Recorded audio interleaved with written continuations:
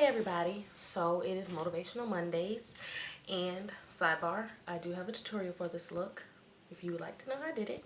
Normally I know I come to these either with bare face, but I was doing other things today, so that's just what happened today. But I'm going to use, this is part of dreams, plans, purpose. It's in that area, because me and my husband were having a discussion about purpose and plans, and we've come to find out that people kind of use those interchangeably. Plan is what you intend to do. Purpose is what you're meant to do. So you can plan to do things that pertain to your purpose, but you will always be able to serve your purpose no matter what the plan is. I hope I'm being clear about it. It can get kind of intermingling, like, you know, it can get confusing. So we're at the point where we're like, okay, you have to say what you mean what you say, because definitions mean, they mean different things, so you have to make sure you're using the right terminology. But I was coming from, the reason I brought this up is because one night before we went to bed, I was like, let's read something. He was like, well, pick something. So I happened to pick Jeremiah 26:3. I will actually read from 1 to 7, I believe, because that's where I reread. Actually, I won't read 1 through 7. Oh, I'll read from 4. No. 2. My bad. It says, "This is what the Lord says. Stand in the courtyard of the Lord's house and speak to all the people of the towns of Judah who come to worship in the house of the Lord. Tell them everything I command you. Do not omit a word." 3. Perhaps they will listen and each will turn their evil ways. Then I will relent and not inflict on them the disaster I was planning because of the evil they have done. 4. Say to them, "This is what the Lord says. If you do not listen to me and follow my law, which I have set before you, and if you do not listen to the words of my servants and prophets, whom I have sent to you again and again, though you have not listened, then I will make this house like Shiloh and this city a curse among all the nations of the earth." Okay, I read to 7. I'm not going to go into context of the whole thing, but the meat of it, the Lord was going to do something to the people because of their evil ways. But he changed his plan. So with that, that's how me and my husband came up with the topic. Like, plans can change, but the purpose will always remain. It's to glorify God. It is to live for him. It is to do his will. And because there's the Bible that I have, I showed you all, it came with like a Q&A section, so they had a corresponding question, and I'm going to read that in that section, and then I'll go into some more. It says, "Does God change his plans based on what we do?" It says, because of our, let me pick it up so I can. Are you pouring water in the trash can? Please don't do that. Back to the reading. Because of our finite capacity for understanding, we struggle to reconcile how God can remain sovereign over all things while giving human beings the freedom to obey him or defy him. In the light of this conflict, consider the following statements the Bible makes about God. 1. We know that in all things God works for the good of those who love him, who have been called according to his purpose. Of course, that's Romans 8:28. The Apostle Paul did not say that God causes all things. The fact that we have free will, we are able to make our own choices. But whatever we choose, God works in all things and brings about his purpose. That's what I was talking about. 2.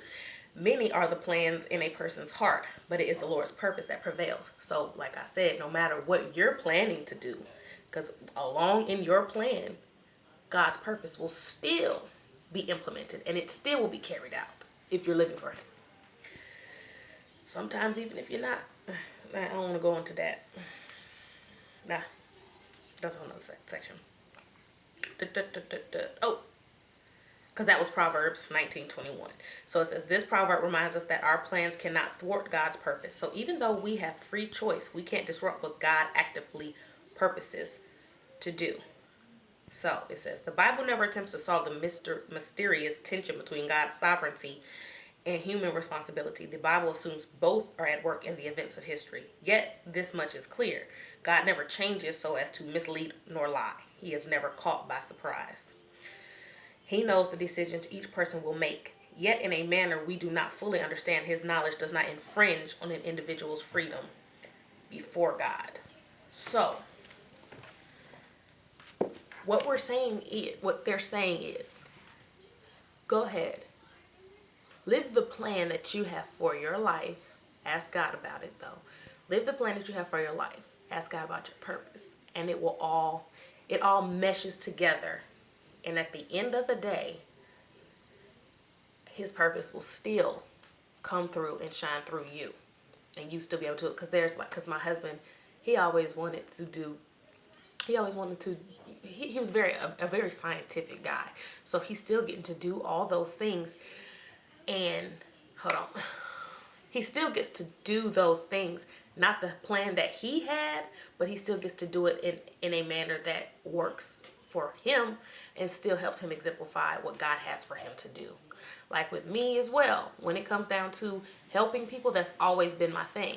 But I didn't know, my plans I always was changing this and changing that. My major was here, my major was there.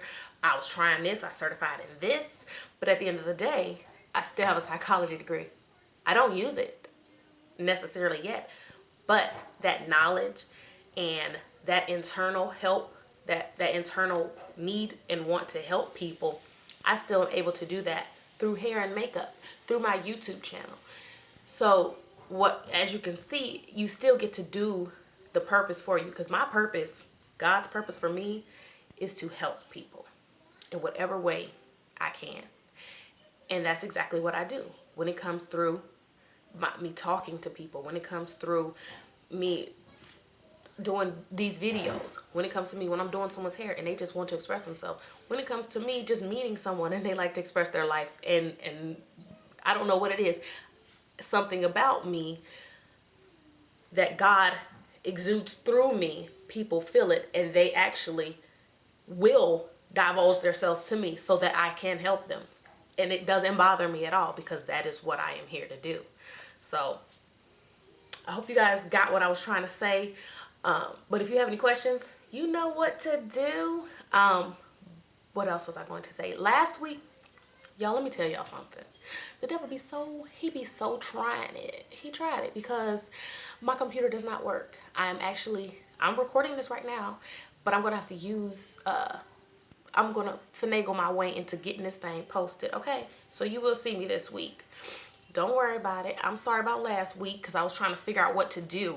And so while I was trying to figure out what to do, I did not record. But I did this week, and I'm going to make it happen. So thank you guys for your support, for your, because even in the comments, you guys give me other things to read and think about. And so I definitely like it because it gives me more, it gets me thinking more, and I love that, and give me more challenges and stuff. So I'll see you guys next week. I love you. God bless. Thank you.